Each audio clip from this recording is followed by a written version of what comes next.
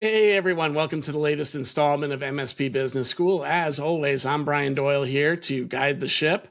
But as I always like to say, you're not here for me. You're here for my guest. And I'm really excited to bring a guest that I just recently got to know a little bit to the show today. I want to introduce Dori Spade, the co-founder, or the founder, I should say, of Call to Action. How you doing today, Dori? I'm doing No, great. So, Dory, I know you've been in the industry a long time, but you and I only got to meet about, call it a month and a half ago when we were out at GTIA. And it was really nice getting to meet you and learning a little bit about you. And, definitely that intrigued me enough to say, hey, you need to come on our podcast. Well, I appreciate that. And I had heard so much about you before we had the opportunity to meet at GTIA, and heard, positive things about the VCIO toolbox. And so it was a pleasure meeting you as well. And thanks for having me on. Well, I'm glad to have you here. And to kick things off, for those that don't know you, maybe you can talk a little bit about your background, some of the things that you've done throughout your career, and what led you to this crazy space of MSP. Yes, yes, it is a little crazy. I like to say I'm a recovering MSP, but I was in the MSP space for about 17 years before I started my consulting practice a couple of years ago. During that time, I worked with MSPs ranging from around 8 million to well over 100 million in revenue. And I held various roles, from service delivery leadership, general management, and in my last role, I had the opportunity to be more entrepreneurial as an investor. And what I had seen across all those roles, and I know you, Brian, and anyone else from the MSP space knows that there's a lot of challenges within the space. It's a great space, but there's a lot of challenges, and it's just not an easy business, right? One of the challenges that I saw in each of the MSPs that I was with is that there was this just breakdown of alignment between sales and services. And the impact that that had was slow growth within current clients and low close ratios with organic sales. And I kept seeing this over and over, whether I was running service delivery. So I was really responsible for client retention and growth, or general management, where I was also responsible for organic growth. I just kept seeing the same problem surface itself over and over. So in my most recent MSP, where I was brought on to an organization that had acquired an MSP in my area. And I think we've heard this story before, but the MSP that was acquired was now struggling to retain clients and retain staff. So we hear that over and over, unfortunately, in our industry, especially with all the consolidation that we're seeing. And so I was brought on to help. And actually, the situation was a little bit even worse than what I thought when I came onto the position. We were really losing clients. I was getting these resignation letters on my desk. And I'm like, oh, what's this? I have this registered letter, and I open it up and it's a cancellation. Um, and so it was a very, very tough and challenging situation to start with. But I had this thought in my mind that we really need to focus to alignment between sales, service delivery, and client So success. let's unpack that a little bit. So, when we have that misalignment, I guess, between those two groups, did you find it to be more overcommitment from the sales teams, or more from the service teams not understanding what the packages or what was being sold out in the marketplace, and there wasn't a clean handoff? What were you kind of finding to be the common thread that you were seeing most often between those things? So I think the common thread really boiled down to trust, a trust gap. So, yes, sales was selling things that service delivery didn't necessarily feel comfortable implementing. And, let's face it, they were rewarded by, bringing on sales. And service delivery is rewarded by being safe and having low risk.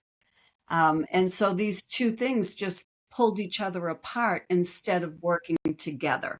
So I think that's really what I was seeing. And there was a lot of frustration with both teams.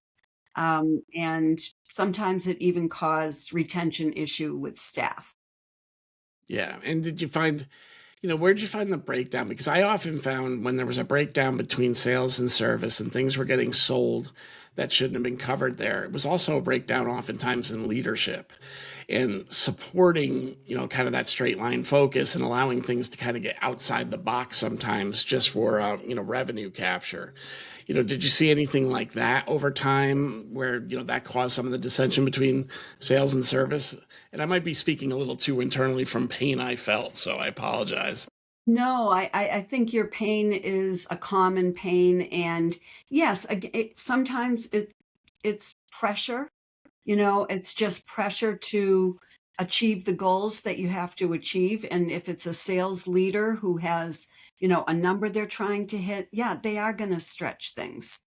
Um, and I've been in that role as well. Before being an MSP, I was a sales leader with a Fortune 500 company, and I know what that pressure feels like. I want to always be careful about, you know, criticizing sales, because if it weren't for them, we'd have no businesses. But on the other hand, we don't sell a product, we sell services. And if those services can't be delivered, in a reliable way, then now we have a retention problem. But just going one step further on that, though, Brian, that's the internal struggle. What it actually looks like from the prospect is the trust gap. It's a trust gap internally, but it's also the trust gap with prospective clients that you're trying to work with.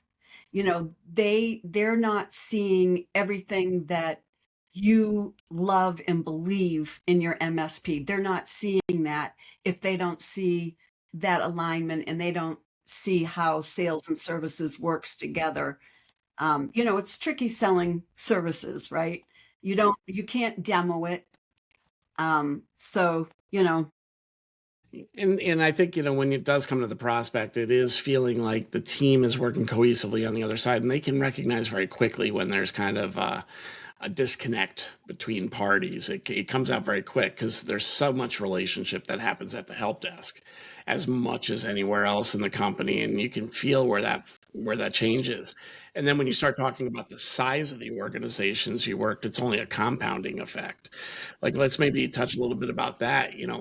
There's many people that are probably listening today that have been in an $8 million company, but there's far less that have been in 100 million. yes, that is true. And I guess the one thing I would say is the problems are the same, because when you're working with $100 million plus MSP, it all still comes down to what happens at the local level. And most large company, MSPs, they're not one office, right? They're multiple offices. They're national, and so it really comes down to how are things working at that local level. So if you look at it from just that perspective, it's really not different. I'd say a big difference is the leadership. A lot of times things are driven from the corporate level in a very large MSP versus at the local level with an owner. Perfect, perfect. I think that gives us a little understanding of who you are and what you've experienced, Dory. Talk a little bit about, what was the thing that really defined and changed your thought process and really, made your life a little bit different and, catapulted you to where you are today, helping other MSPs. So I think when I started developing this new model for sales to service delivery, we saw such a huge impact. We went from an average of about 25% close ratio on qualified leads to 70% close ratio. And that had a huge impact. And we also drove client retention up over 95%. Now, keep in mind, this was with an MSP that was really struggling at this regional level. And so, fast forwarding to today, this is where I've brought this type of process to MSPs today. And the problem that it solves is, again, I hate to keep saying it, but this trust gap. So now we're going from an internal problem to how do we increase close rates? And a lot of MSPs thinks they have a lead issue. You know, we need more leads, we need more leads. But you have leads that you're not closing. So, you know, let's start there without increasing any more marketing spend. Let's increase the close ratio. And I guess what I find in sales and when you're going through the sales process, you're trying to, you know, customers will ask, well, what differentiates you from these 3 other proposals I have? And how many times, Brian, have you heard, well, I know. we have the best people, we have, you know, the best techs, they're I'm very, glad you went there. right? Yeah, and that all sounds very much the same to the prospective And you client. have no real way you can prove it in that moment either, because you know you could tout, hey, they got these certs, they got these skills, they came from where, but there's no way to actually feel that in the moment. That's right. That's right. And so in my sales to service delivery model, what I've done is I've incorporated sales, service delivery, executive leadership, and to some extent, even client success into the sales process. So guess what? You are demoing it. You are showing it. You're showing how organized you are. You're showing that, and you know, we're always talking about, oh, you have to have this business conversation with your clients. It can't be a technical one, but it's very difficult to do that if you don't have somebody at the executive level to have that conversation. So, Dori, you're kind of advocating here for multiple people being part of the sales touch point with the customer Exactly. and getting more people involved. Because I've been hearing, you know, when I do talk to some of the more the MSPs that are excelling at the greatest levels, I am finding this fascinating thing. And it's something I got to admit, I wish I'd known a little bit better when I was an MSP, where it was, hey, as you're going through the sales process, because I think we can all admit to, this is not a one call close process. This is 3 to 5 sales calls on a good mission, right? And it doesn't, and it makes sense that you may have that, you know, that single thread, that account manager or sales rep that's kind of guiding it through this, but bringing in different personalities throughout that process to help them get comfortable with the team. It is so true. And I think the key, though, is to have a very fine-tuned process. So it's not willy-nilly. It's not, oh, I'm going to Right. bring this one in Yeah, now. they have no idea what to do when they're out there either. Right, exactly. It has to be thought through, trained, practiced. And so where I focus and where I've had the most success is 3 key areas, because this applies to all different sizes of MSPs, whether you're, you know, an owner, you know, The owner, sales-led owner, or whether you're a large team, is understanding roles and responsibilities very clearly. So that's super important. If you're owner-led and you're, you know, you say, well, you know, I'm acting as the lead tech as well. That's great, but what is that role? How do you define that role versus how do you define having the executive role with your prospect, you know, CEO that you're working with? Or, you know, I do all my own account management. Well, okay, but that's separate from the executive role. So really defining those roles and responsibilities is number 1 key. Number 2 is a clear, repeatable, scalable process. So if you're small, it's small. If you grow and you have more people engaged, that's fine too. It still scales. So that's number 2.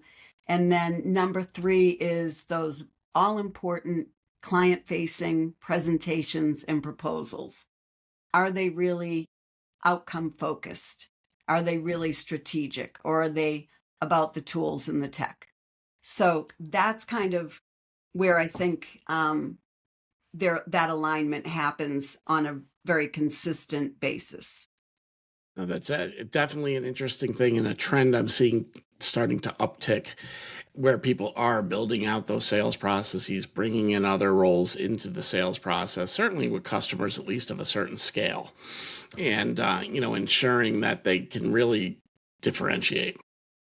Absolutely. And when I was an MSP, and we had, for example, one prospect that we got through RFP. And we all, don't really like RFPs, right? They're super competitive. They're a lot of work.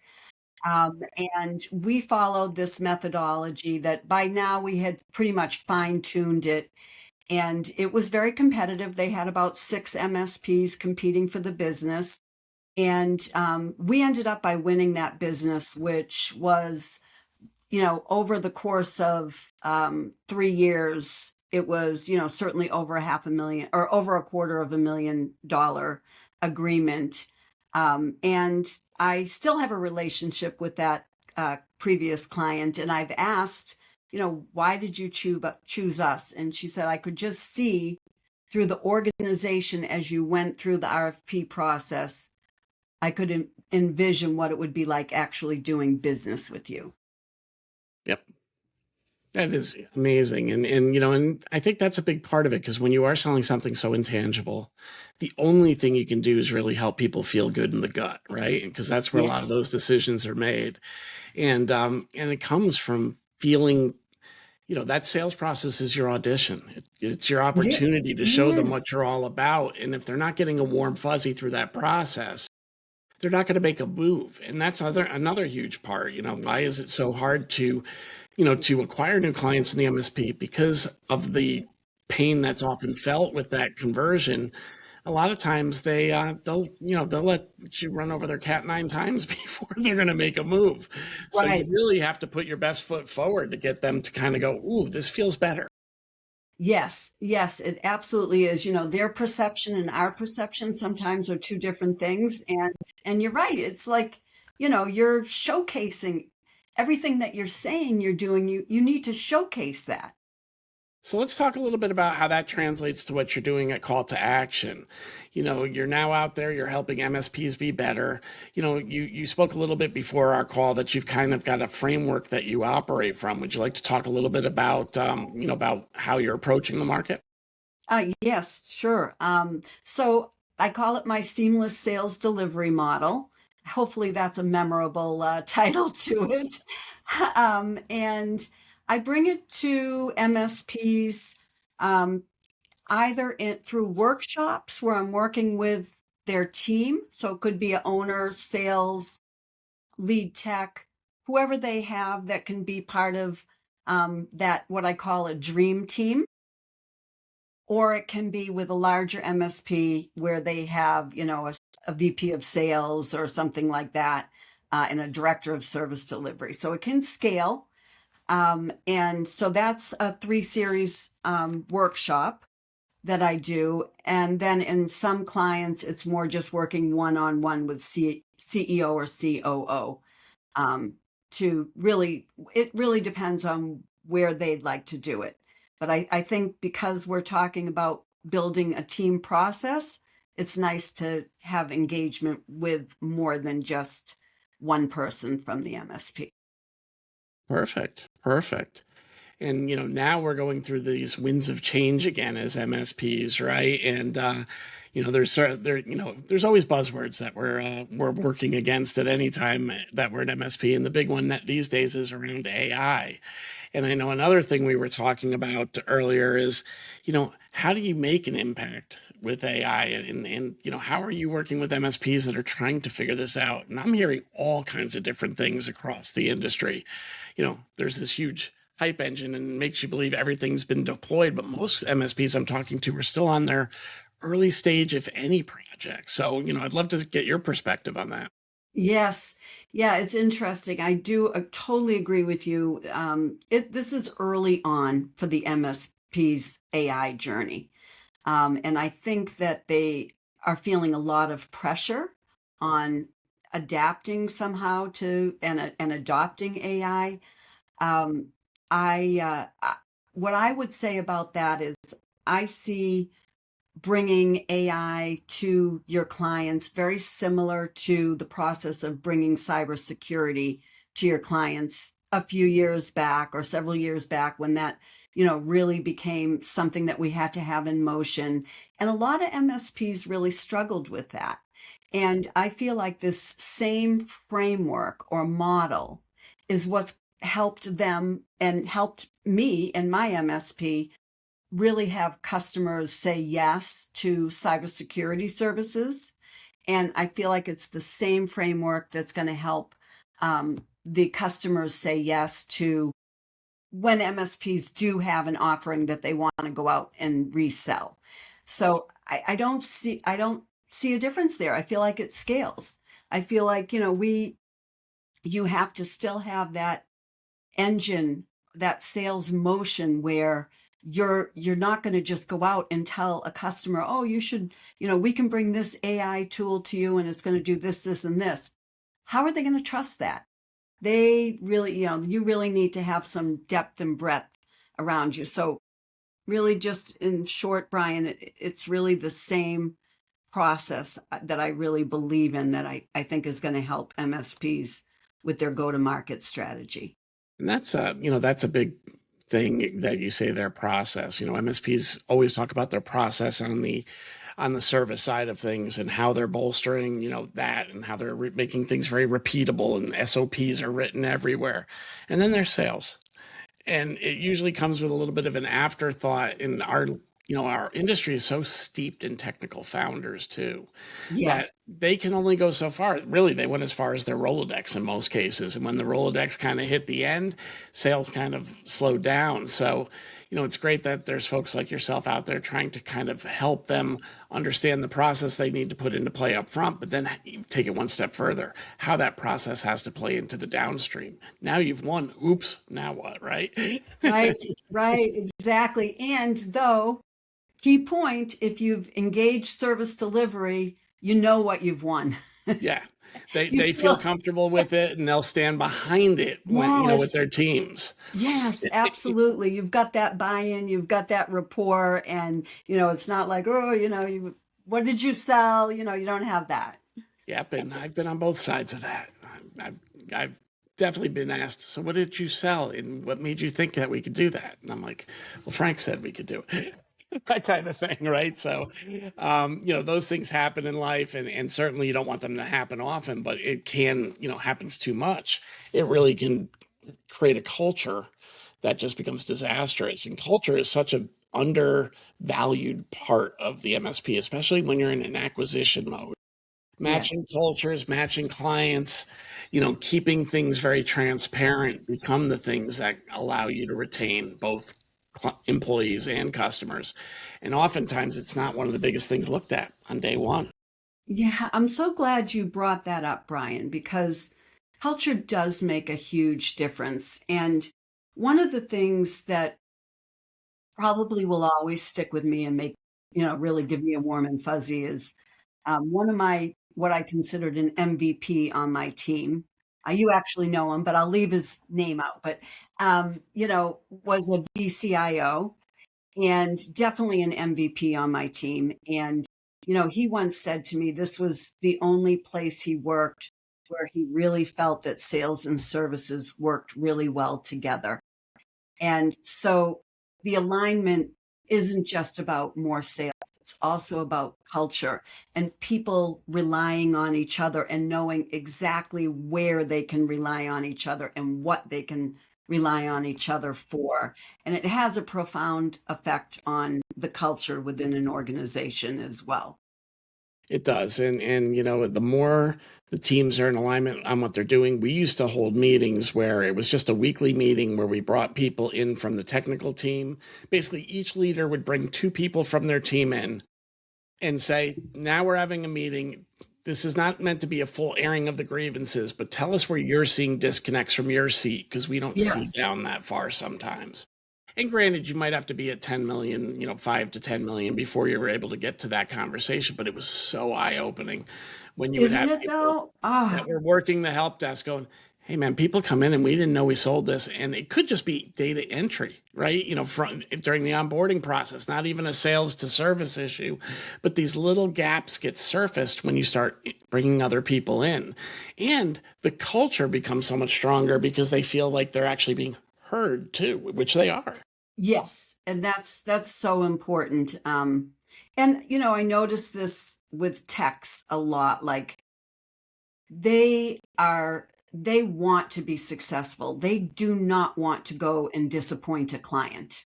As a rule, I'm speaking very generally, but No, but I think it's a safe rule. I mean, look, this is an industry full of servants, right? I mean, by nature of what we do, we're all trying to help. And, and we want success for our customers, almost sometimes to a fault, right? right, that it absolutely can be. Yes. And so we need to give them the tools and the confidence to be able to go out.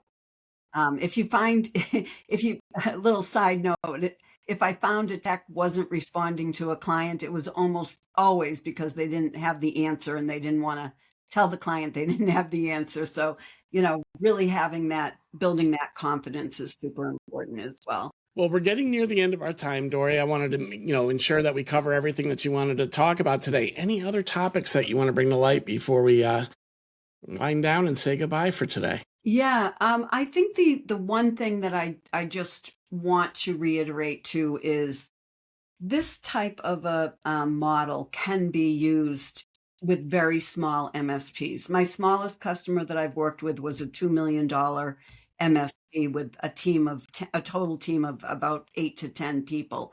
And it's made a big impact for them. So don't feel like, oh, I don't have all these roles here, so this won't work for me, because it scales up or down. So I'd love to help out with anybody if they have any questions. I'm always happy to have, phone conversations with people if And I let's be can. very clear, at the $2 million mark too, you've got a lot of owner-led sales, which means a lot of everything stays in between one ear and the other ear and doesn't make it to the team. And that's a big Yes, reality at that that's stage too. So that's um, exactly right. that communication piece is needed at any size, I will say. But Yes.